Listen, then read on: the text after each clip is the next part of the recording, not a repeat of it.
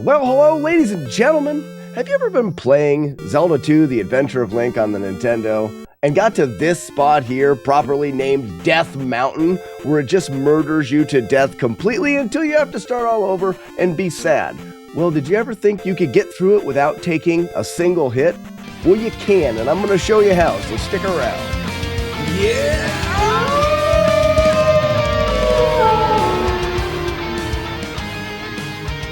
All right, ladies and gentlemen, Death Mountain.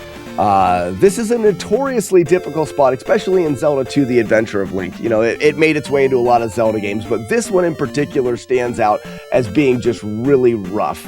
I'm going to show you the strategies that I used in a no-damage playthrough, and they're going to rely heavily on the beam sword and being able to attack enemies at a distance. So I'm going to use save states throughout the explanation, and I'm going to show you how I do each room with the beam sword. Now, if you lose your beam sword, it's going to just spiral out of control, and that's what makes this so difficult, is as you lose the beam and you take damage, it kind of snowballs. Enemies pile up on you and whatnot. So this is going to be an explanation of how to get through. Get out of here! Each of the rooms with the beam sword. All right, so as you can see at the very beginning, I'm just going to keep my distance, throwing the beam at the enemy. The bots in this game suck, and they suck a lot. So one of the things you want to know about the bots is they're always trying to jump at you. In fact, the game runs at 60 frames a second. Every frame, they're rolling a 256-sided die, essentially, and deciding whether or not they jump at you. So there's a very low likelihood each roll they jump, but they're rolling it 60 times a second. So you really can never trust one of these bots. You want to always throw the beam at a distance and take your time. Don't think that you can sneak up close and stab them. They will jump at you. So room 1, we're throwing beams. Room 2. This room here, we have another enemy that can be a bit tricky. Just take your time here. Wait, if you want, you can just wait for these guys to fall. Up next is our boomerang thrower. For the most part, we want to just block and go by him. You saw how if I'm running at him, if he throws a low one, I'm going to block low. If he throws a high one, I'm going to block high, but we're not going to fight him because that's just going to lead to a potential hit, and we want to keep our beam sword. All right, let that guy throw before we jump over him. You can do a little beam backwards for a style kill. Next room. This room, we're going to want to throw a beam right here at the beginning. Now, again, slowly work your way through. If we look at these bats, what we want to do is we want to be about this far away. If you look at the floor tiles, I can bring my cursor out. We've got a bat right here. He's on this tile. We're going to be about 3 tiles away from him. And then we're just going to want to do a jumping attack. So we're going to roll from the jump to the attack and kind of throw the beam as high as we can. We're going to nudge forward and throw. And if they fly away from us, we're going to hit them. If they fly at us, we're going to hit them. And in this way, we can take care of those bats and never worry about getting hit. Next guy is the first of the diarrheas or Dairas. These are the orange Dairas. Most of the orange Dairas we can just run at and stab them in their feet repetitively. Ready? And 1, 2, 3. Their timing is going to work out in a way that we can just hit them in the feet and it's going to work out good. So moving on. Couple ways of doing this room. You can straight up run through. I'll show you the 2 ways. And we're just going to hopefully get no rocks coming from both sides. Yeah. Uh-oh. I'll show you the safer way after this. This is a room where randomness does pose a problem. And in the no damage playthrough, I took the randomness out. Okay, so there's a way of doing it. Now, you'll notice that depending on the randomness you get, it'll be easier or harder. So that's up to you, but remember, beam is important. What we want to do is we want to run in and stand underneath this little ledge. And anytime an enemy comes up from the ground, we want to face them. Just like this. Oh, face that way, block. And we're going to kill them as they come in, turning towards the enemy's direction that they're coming from. So that one's coming from the right. That one's the left. So you're always facing the side of the enemy coming in and blocking. And you'll notice every 6th enemy that we kill is going to drop a jar. And it is that it's that mechanic that we're going to take advantage of here, because the game can only load 5 entities at a time. You'll notice that we have 3 jars on the ground right now, and the game can only load 2 enemies. Whoops, I got hit in the butt. But if we continue to clear these guys out, we're going to end up with a 5th jar right there, or a bag. Now the game can only create that 1 enemy, and we can keep him on the screen and just walk across the screen. This is going to be the safest way to go. The game cannot create another enemy. We could go as far as to kill 6 more and drop 5 items, and 5, and then the game wouldn't be able to create any enemies at all. So that's the slower and safer way. That's what I used in the no damage playthrough. I took a hit, so we're just going to YOLO it again. And this is up to you. Again, use these strategies as they fit for you. No matter what, it's going to make you... See, there's the problem right there. There was nothing I could do. No matter what, these strategies are going to help make the Death Mountain easier. And depending on how slow you want to go, you can do your own no damage playthrough. All right, here we go. And we're good. Next room. This room has got our first red diarrhea. And we're going to use a pretty interesting mechanic here to get by them. Jump up. Jump is free here because you can fill up your magic.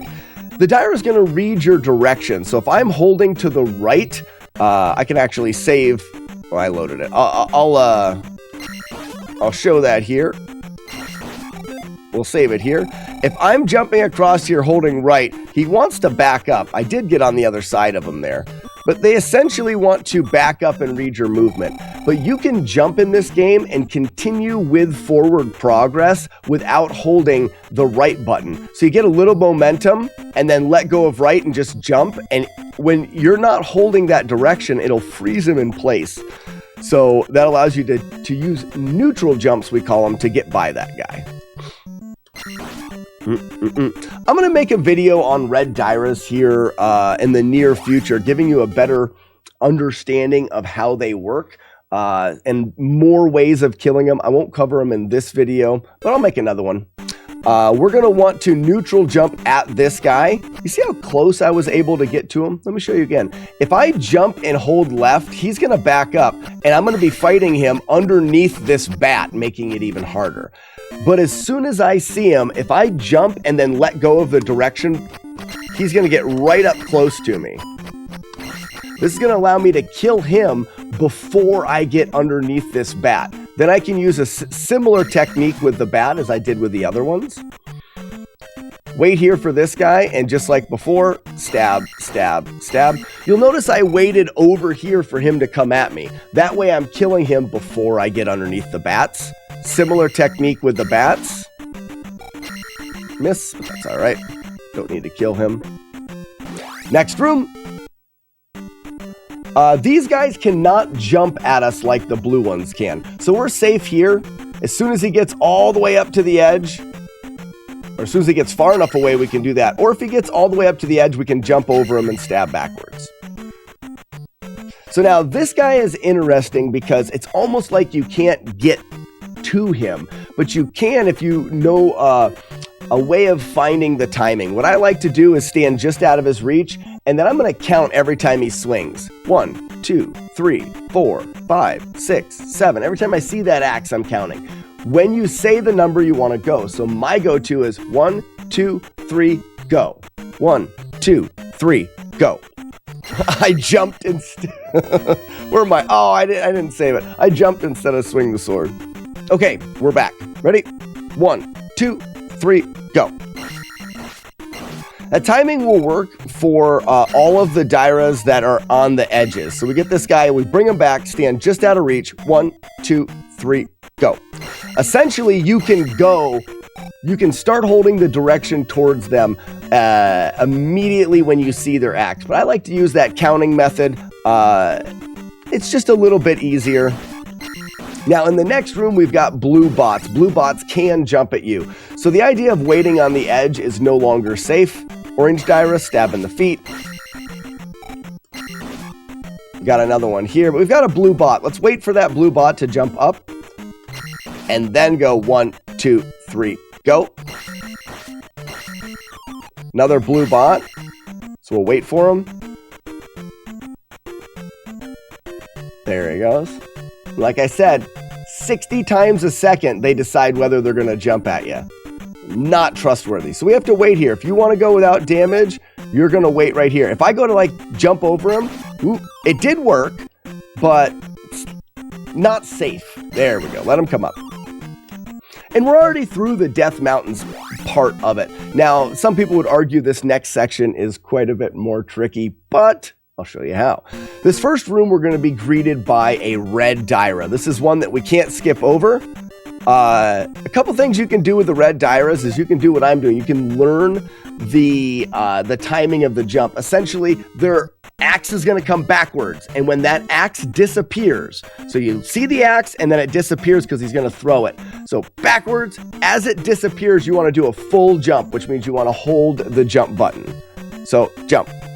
Jump. Sometimes they can throw 2 axes in a row, but if you jump the way that I'm saying, disappear, disappear, disappear, disappear. You get this timing, and you should be able to jump any axes they throw.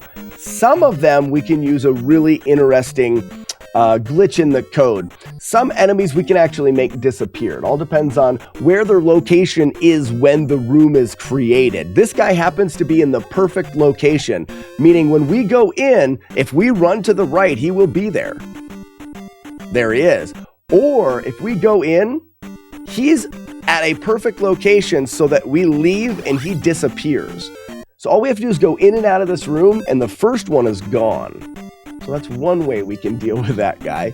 When you get to this room, remember, beam sword is the key. We want to run into this next area, and as soon as, I'll do it again from the beginning, but as soon as we have room, we're going to jump, and we're going to do it on that side. And we're going to jump and throw a beam as high as we can. What that's going to do, excuse me, is that's going to protect our head and jump over this guy. Now you'll notice that the bat went to the left. If the bat goes to the left, we're fine. Now if the bat decides, let's see if we can get him to go to the right. If the bat decides to go to the right, our beam, try again, see if we can get a little bit different randomness. Our beam is gonna protect us. Come on, one more time. Come on, bat. Do it for me. No. Either way, now the next bat, he's going to land and throw a fireball. We're going to throw a low beam as we jump over that fireball, and that'll stun him. So let's do this whole room at speed, high, and then low beam. That's it, as you're jumping over. These guys are pretty self-explanatory. We're going to try to, I like to just look at them when they're hitting the ground and throw beams. So you're not paying attention to their jumping at all. You're waiting for them to land. And as they try to land, you stab them on the ground. Find that to be the easiest for me. So the next room is a red Dyra that we have to fight. Finally, there's one that we have to fight. Now, I'm going to do a video explaining this kill. Not an easy thing to do, but something that you can definitely learn to do. I'm going to do a whole video on double stabs coming up, and that'll cover more red Dyra stuff. But like I said before, you can learn to jump. So we can come down here and learn to jump his attacks. Disappear, disappear, run, and oh, he happened to do the double. So that's what the one problem is if he tries to throw a double as you're attacking, you're going to get hit.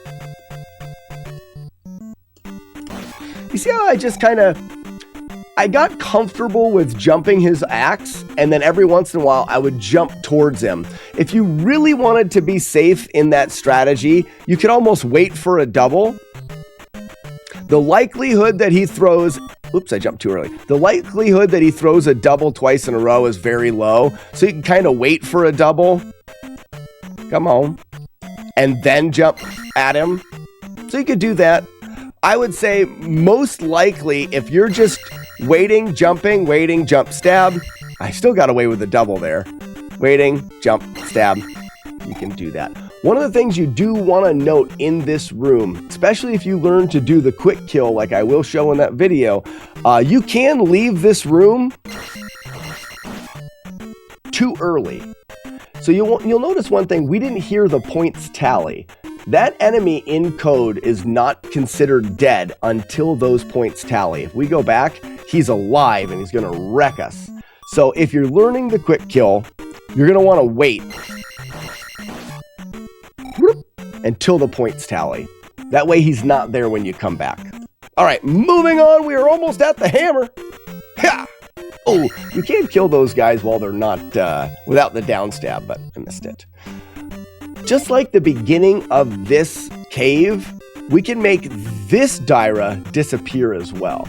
If you want to fight him, his timing doesn't really work so well to immediately stab him in the feet like all of the other ones. His location is offset a little bit, so his axe will hit you right in the head. One of the things that you can do is just stab once as soon as you see him, and now your timing is going to work out well. It's going to offset his axe timing and your movement a little bit. But like the first Daira in the cave, we can just go in, leave, and come back and make him disappear, which I would suggest because that's much easier. Now we're coming up to the last Daira before the cave. The two ways we've talked about: get under control, jump, jump, jump, stab. Oh, got a double, or got an axe there. Jump, stab, jump, jump, jump, stab, jump, jump, stab. Got a little bit unlucky. The way that the double throw works for a Daira is, I believe every time he throws, he's got a 1 in 4 chance of throwing another one. He's about a second in between each throw. And a 1 in 4 chance every time he throws to throw one a half a second later, which is that double. So you're pretty safe. Jump one, jump the next one, hit. Jump one, jump the next one, hit. Jump one, jump the next one, hit. You're pretty safe here. Now you may get a double axe in there, and that's why you'll see speedrunners learn the double stab technique.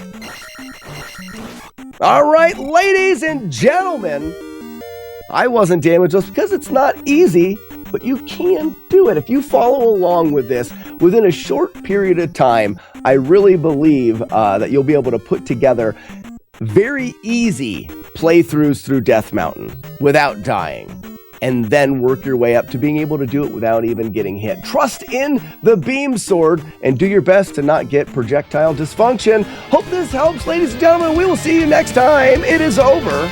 Bye-bye.